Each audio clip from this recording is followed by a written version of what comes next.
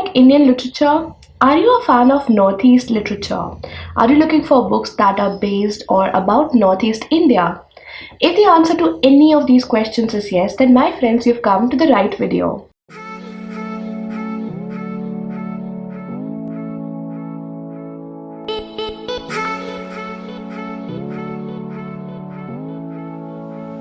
Hey guys, I'm Sankalpita and you are watching Book Geeks India, which is a channel where I make book related videos.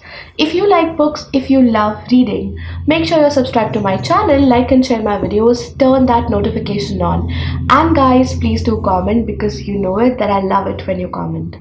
In this video, I talked to you about 8 books on Northeast India or about Northeast India. Most of these are fiction and just a few, I think one or two are non-fiction. So I have read a couple of them and I've heard really good things about a couple of them. And most of these books I already have a copy of. Now before I begin this video, I want to tell you that some of these books are really brilliant and they are so underrated that it is just a sad thing, because these are some awesome pieces of literature that an Indian literature fan should definitely be reading. And now without further ado, let's just get on with the video. Book number 1 that I'm going to be talking to you about is The Black Hill by Mamang Dai.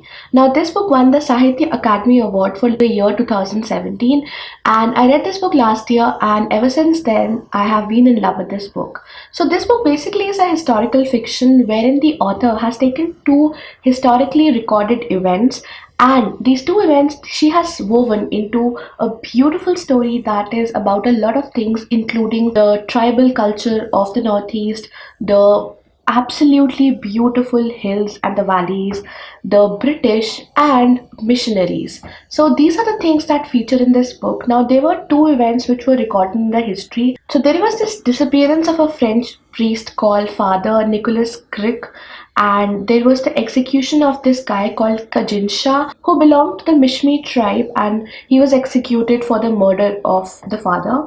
So these 2 things were recorded in history and the author takes inspiration from these 2 events and like I told you, she weaves a beautiful tale around it. So this book is set in the middle of the 19th century and it takes us to a land which is set in the middle of Arunachal Pradesh and Assam. Now it is a time when the East India Company is trying to get into these lands and they are trying to do what they do. Capture the lands and trade, just kill the culture, kill everything. So they're just ready to exploit the region. But the local tribes there are putting up a brave front. There are 2 tribes in particular whose story is being told in this book. These are the Abor tribe and the Mishmi tribes. So they are trying their best to make sure that the British don't come to their lands because they know that once they are in, everything that they have ever stood for will just go away. There is this girl called Gimur who belongs to the Abor tribe and there is this guy called Kajin Shah who belongs to not a rival tribe but nevertheless a different tribe called Mishmi tribes. Now intertribal marriages are not really welcomed or appreciated, but these 2 fall in love and they run away to a land which is very far from Gimur's village. So this land is just on the border of Tibet and it is there that Kajin Shah takes Gimur. As their story is developing, we come across a guy called Father Nicholas Crick, who's a very devout Christian and he is driven by this motive, this aim to establish a Jesuit missionary in Tibet. So he wants to go to Tibet and he has to go through these lands to Tibet. But like I told you, the tribes don't want that because they believe that once the missionaries come in, the English will follow, the British will follow, and they will devour everything that the Northeasterns hold dear. This is a story which talks about a world that is just on the brink of change. It's a wonderful story, it's a beautiful book, and you should definitely read it if you are a lover of Indian literature. The next book that I want to talk to you about is this one, Written in Tears by Arupa Patangia Kalita. Arupa Patangia Kalita is a famous Assamese author. Her works have been translated into English and a couple of other languages, and she also won the Sahitya Academy Award for year 2014.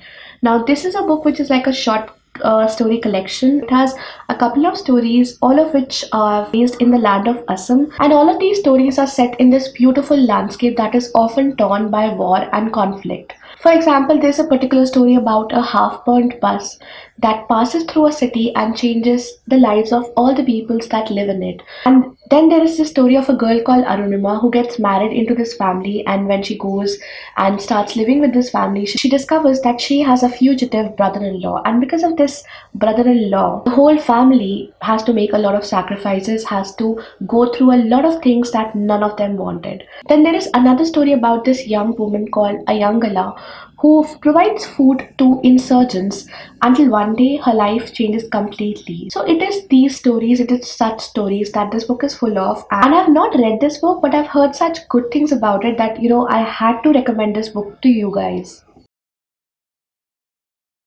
The next book that I have for you guys is this one, The King's Harvest by Chetan Raj Shrestha.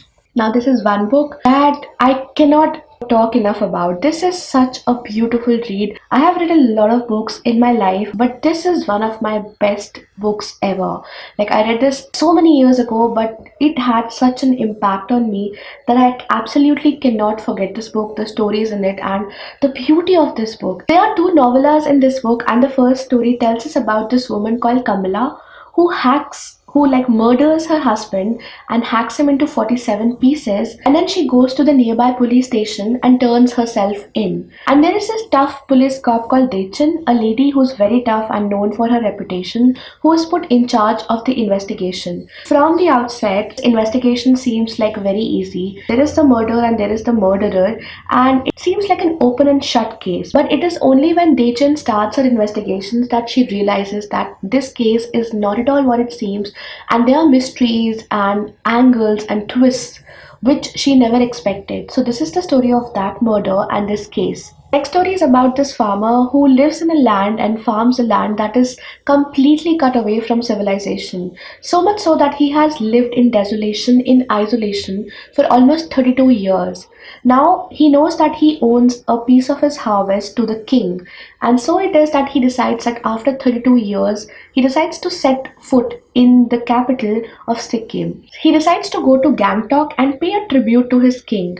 And while he's on this journey, he tells his children about the life that he has lived, the kind of drama and magic it has been full of. But the biggest magic, the biggest turn, the biggest surprise awaits him when he reaches Gangtok. The story has something which is very magical. If at all you have to read only one book out of the 8 books that I'm recommending to you, it has to be this one.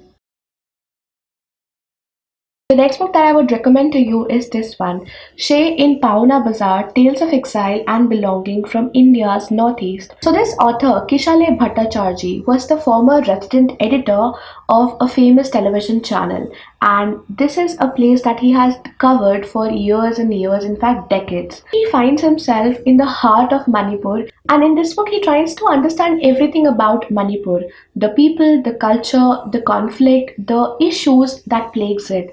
And this is a collection of writings. It's not a fiction, it's actually a non-fiction, but it is a beautiful read nevertheless. It tells us so much about an integral part of our country which we know so little about. So this is one book that I would definitely recommend to lovers of non-fiction. I read this book like years ago. I think it was 2014 or 15. I don't really remember it. But yeah, I remember thoroughly enjoying what I read.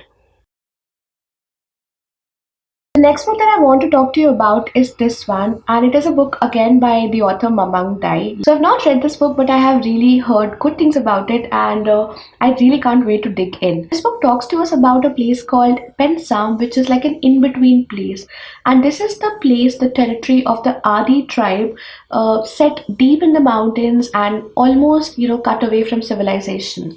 Now times are changing, and so are the villages, and so are the small towns of this area. So this book is a collection of stories, a collection of images, a collection of portrayals, and in the end, a collection of tribal history of this place, of this tribe. And this is one book that you should definitely read if you really want to know how intricate, how diverse, and how different just our Indian culture is, just how the people of India are. The next book that I want to talk to you about is this one, Boats on Land by Janice Parriott. I hope I'm not butchering the name here.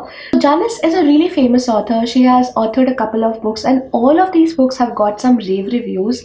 This is, I think, her first book. I'm not very sure, but this is again a collection of short stories from the region that is Northeast India. All of these stories are set mostly in the areas of Shillong, in Cherrapunji, and in pockets of Assam. All of these tales are set against the larger historical canvas of the British Raj, the World Wars, and conversion to Christianity and the missionaries. So these are the themes that run in this book, that run in these stories. And again, Janice is a very talented author, and her stories are definitely a must read.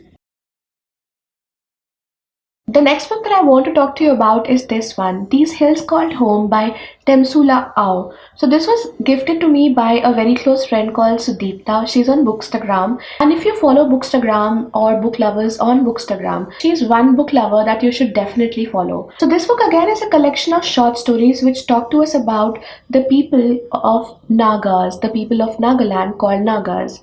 And these are people who have lived in really violent times. They have suffered through a lot, and they have always demanded a separate country, and it tells us about how they feel. It gives us a perspective. All these stories are about these people, about their culture, about the violent times that they have lived in and managed to survive, about how conflict has destroyed whatever peace they had. So we get to know a lot about how they think, how they feel, and matters from their point of view.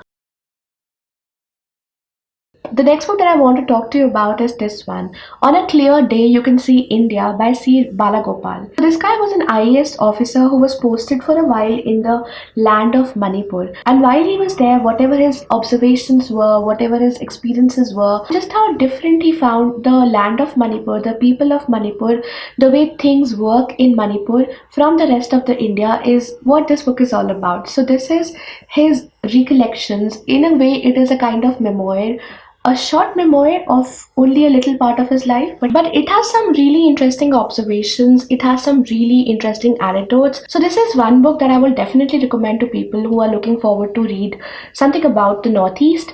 And I got this book like a couple of years ago, but I have not come around to read it. So I am also looking forward to read this book. So guys, these are the 8 books that I wanted to share with you. These are the books that are on and about the Northeast of India. I may have missed a lot of books. I definitely must have missed a lot of books because I don't say that this was an exhaustive list. But yeah, this is a list of books that I own, I have, I'm looking forward to read, and some of them I have already read. But I know that all of these books are really good, and if you really want to read about Northeast, you can check these books out. Also guys, if you have any book recommendations for me about books on Northeast, do let me know in the comment section below because I would love to check them out. I probably will make another video about books on Northeast. So that's it from me in this video guys. If you enjoyed this video, please don't forget to hit that like, also subscribe to my channel if you haven't already, and until the next video, which will be very soon. Bye.